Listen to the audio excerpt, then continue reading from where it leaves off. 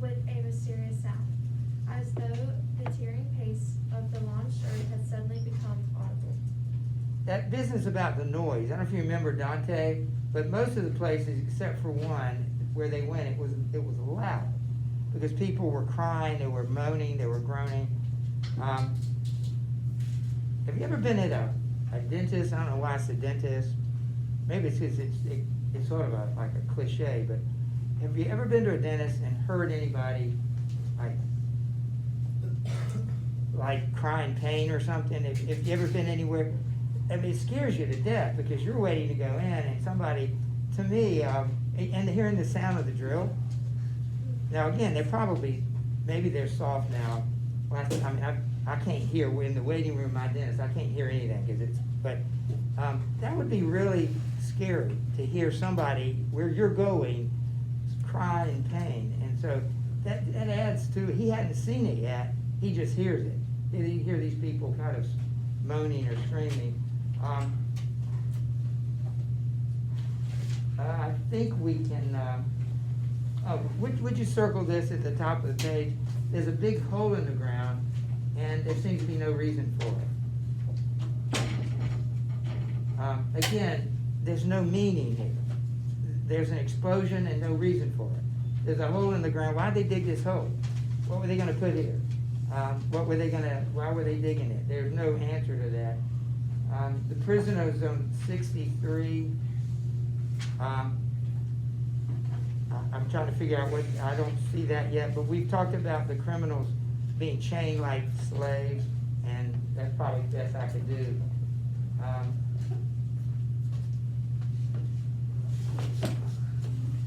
This is a good question. How is Marlowe a part of the problem? As he looks around, this is his company station. He works for this company that's made this mess. He's not doing anything.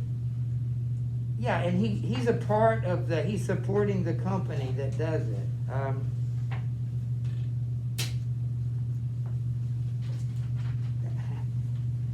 You know that after, I'll just use this as an example, after Major League Baseball pulled the All-Star game out of Atlanta, companies like Coca-Cola that's in Atlanta, I forget, there's another big company there, Delta Airlines is based in Atlanta. A lot of people stopped buying Coke. Now I can't tell the difference between Coca-Cola and Pepsi-Cola, but I'm a Braves fan and I wanted the All-Star game to come to Atlanta. I haven't had a Coke since then. I mean, they cost the same. They're right next to each other. I think I'll go with the Pepsi. Coke. That's what you can do sometimes. If you can't fix something, but you don't have to participate in it. You can refuse to buy a product, refuse to do something. Here are more of these criminals. So we haven't yet read the whole thing. Black shaped couch lay sat between the trees, leaning against the trunks, clinging to earth, half coming out, half effaced within the dim light, and all the opposites of pain, adamant and despair. Another mile of cliff went on, followed by a slight shudder of the soil under my feet. The work was going on, the work, and this was a place where some of the helpers had withdrawn to death. Right, that kind of answers number one as well. It's just more indication that there are people dying, there are people being punished, but there's more of it coming, Jeff. They were dying slowly. It was very clear. They were not enemies. They were not criminals. They were nothing earthly known. Nothing but black shadows of disease and starvation, lying confusedly in greenish gloom. Brought from all the recesses of the coast, and in all the legality of time, lost in uncongenial surroundings, fed on unfamiliar food, they sickened, became inefficient, and were then allowed to crawl away and rest. These moribund shapes were free as air and nearly as thin. I began to distinguish the gleam of the eyes under the trees. Saying, glancing down, I saw a face near my hand. The black bones reclined at full length, with one shoulder against the tree. And slowly the eyelids rose, and the sunken eyes looked up at me. Enormous and vague.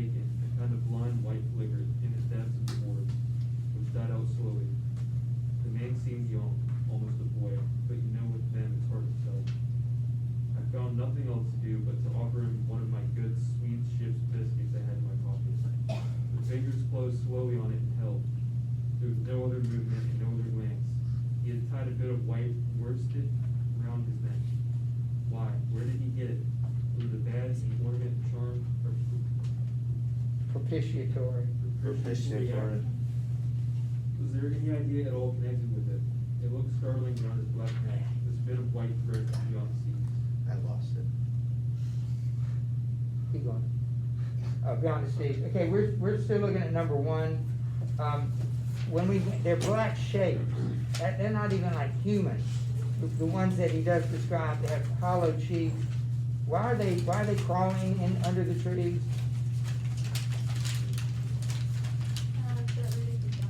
So they could die there. It's kind of like Jim Conklin. He wants to get out of the road. He didn't want to get run over by a battery, artillery battery. He goes up to the hill as far away as he can to die. I mean, people don't want to die out there. They want to find a shady place to die. Let's see. We are top of page 65. Is that where we were? No, it's at near the same tree. Would you read that? Yeah. Near the same tree, two more bundles of acute angles sat with their legs drawn up. One with his chin propped on his knees that stared at nothing in an intolerable and appalling manner. His brother phantom rested its forehead as if overcome with a great weariness, and all about others were scattered in every pose of contorted collapse, as in some picture of a massacre or a pestilence. While I stood horror-struck, one of these creatures rose to his hands and knees and went off on all fours towards the river to drink. He lapped out of his hand, then sat up in the sunlight, crossing his shins in front of him, and after a time let his woolly head fall on his breastbone. Again, this shows you the human cost of imperialism for these people. Jameson, I didn't read the bottom. I didn't want. Which part? Page 64, the very last sentence. I didn't want any more loitering in the shade, and I made haste towards the station. When near the buildings, I met a white man in such unexpected elegance of get-up that in the first moment I took him for a sort of vision. I saw a high starched collar, light cuffs, a light alpaca jacket, snowy trousers, a clear necktie, and varnished boots. No hat, hair parted, brush oiled under a green lined parasol, held in a big white hand. It was amazing, and had a pen holder behind his ear. Okay, look at question number 4. How does the description of this white man, it doesn't tell us who he is, he may be the manager, but how does the description of white man contrast with the description we just saw of the Africans who were working for the company?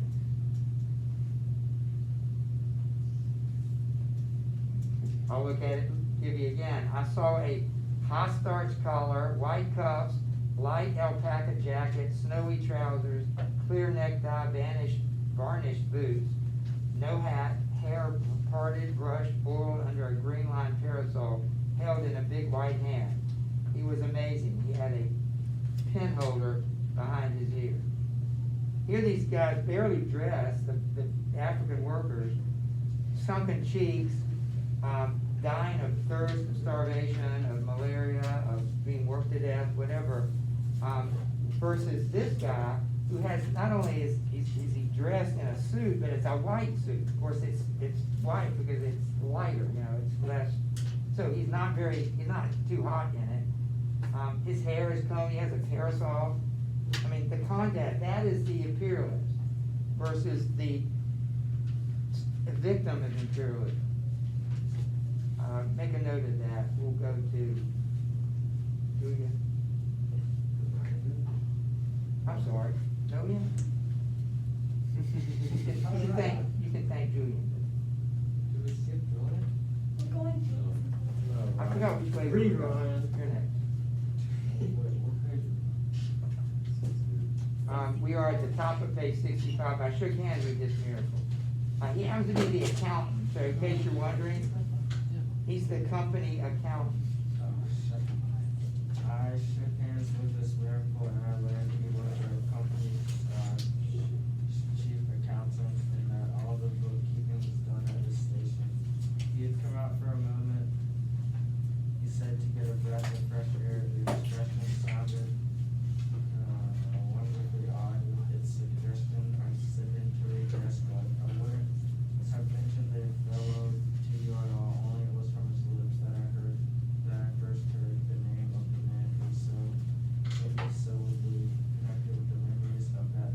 underline that. I first heard the name of the man. Again, this book is about the guy that he doesn't know this yet, that he's going to get somebody who's in the interior of the Congo. He needs to rescue that person.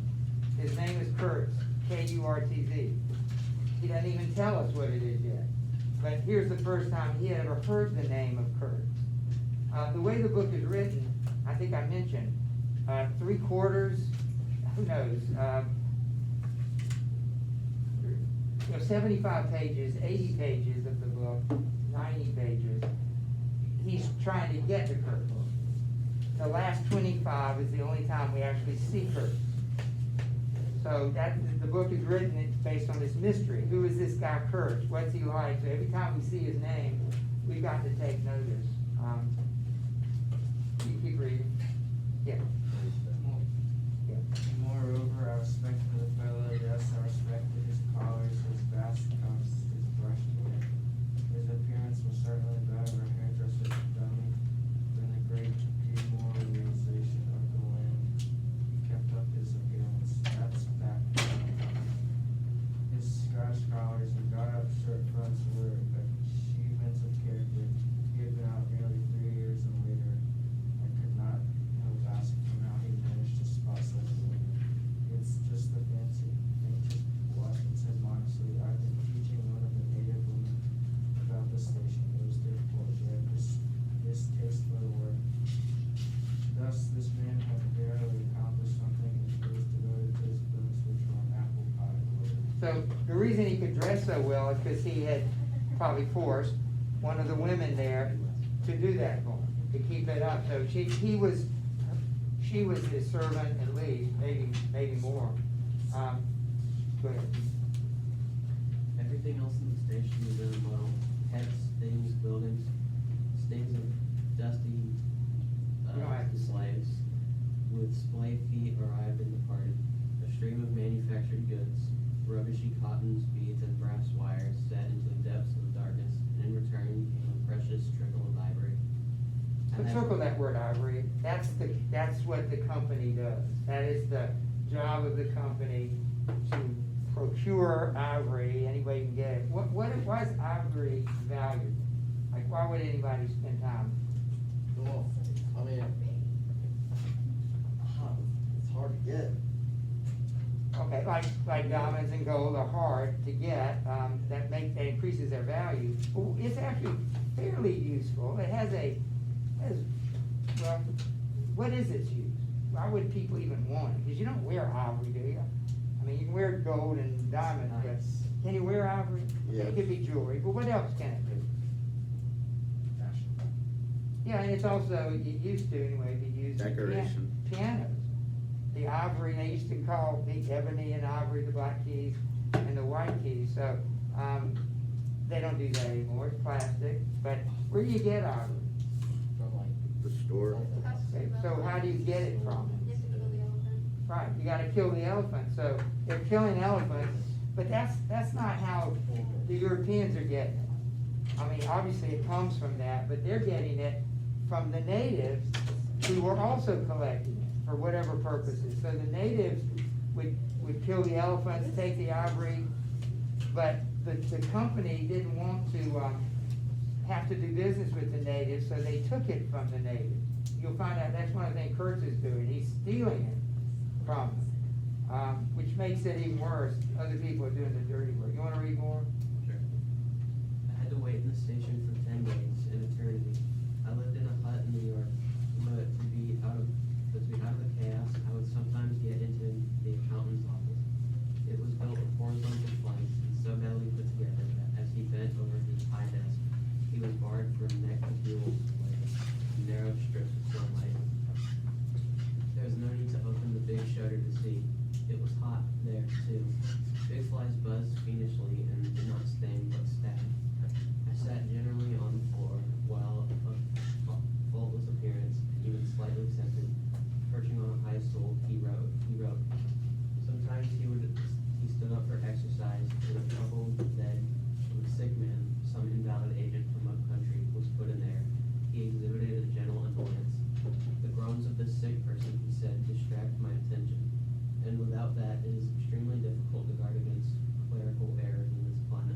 Hey, think about that. Here's a guy he's got the best office in the area. I mean, he's fairly comfortable dressed very well.